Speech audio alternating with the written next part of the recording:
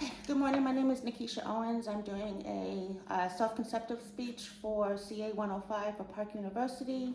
I have my 3 participants in front of me, and I have 3 individuals on Zoom so that you can see that we do have the requirement of 6 people for this concept.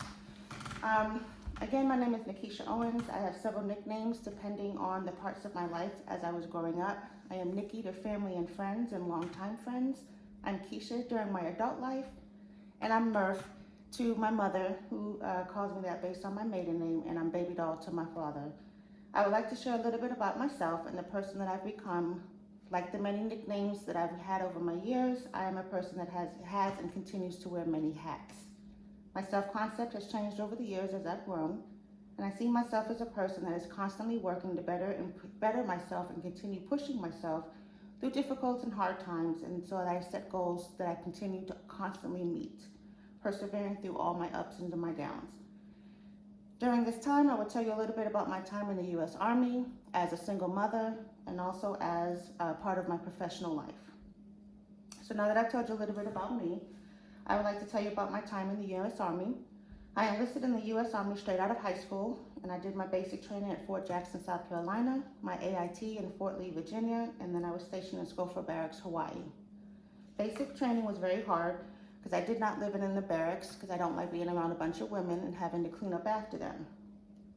I was given latrine duty often and hated it, and because of Virginia Jones, my mother, who's one of the participants on the phone, taught me how to clean a bathroom too damn well. So I was always getting latrine duty. Come to find out that because of that, Murphy, PFC Murphy, was known as the latrine cleaner. One of my fondest memories and the most pivotal moment to me as an 18-year-old was that it was time to graduate in basic training, and I was in position of not graduating basic because I could not pull myself up. I couldn't pull my own body weight up. I passed my marksmanship, passed all my gradings, and I passed all the other physical aspects of PT, but was not able to do that. I remember calling my mother and telling her that I couldn't believe my career in the Army was at stake because I could not pull my ass up. My mother did what she did, as always, and she did her motivational words, and then she came down to it and she said, either you do this or you have to come back home and live with me. So hence, graduating basic and moving on out of the Army. Now that I've told you a little bit about my time in the Army, let me tell you sometimes about my struggles as being a single parent. My son, Reginald, who is also a participant on the camera, we mothers and fathers do not plan or intend to be single parents at any point. We always start off as a joint couple, but unfortunately those are the cards that are dealt, and that's what we have to deal with. I was 20 years old when my son was born while stationed in Hawaii, 32 hours of labor. I always joke with him to this day that he was a pain in my butt, and literally he was. Being a single mom was hard, but it was rewarding to see that my son has become so far now that he's 27 years old. One thing my mother used to say to me when I was not trying to be an adult at that time, because I was in my 20s, was that Reggie was not her child. He was her grandchild. And I used to think that was so mean that my mother would not watch my son like I was trying to go out and hang out. But she was right. It wasn't that she was being mean. She was teaching that I was responsible for another life, another being, and that, sorry, somebody else joined. And that she couldn't watch my son and take care of him. She couldn't watch my son. It wasn't her job to raise him. That was my job as a mother. And that was the second pivotal moment in my life, is because I'm responsible for her person, another being, another life, and he is watching me. So I had to put my big girl underpants on and do what I need to do as a mother.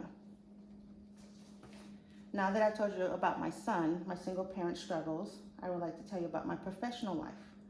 Being a single parent, working 2 jobs and trying to go to school was tough, but I was able to do it. There were lots of hard days, nights during that time, and I started working for the state of Texas in 2001. I moved up pretty fast, up the ranks into management, and I studied hard with state policy, federal policy, and all of laws in regards to food stamps, Medicaid, TANF, and also Medicaid for the elderly and persons with disabilities. What I didn't know, being in management, is there was a fine line between employee friends and being a supervisor, and that made it very hard.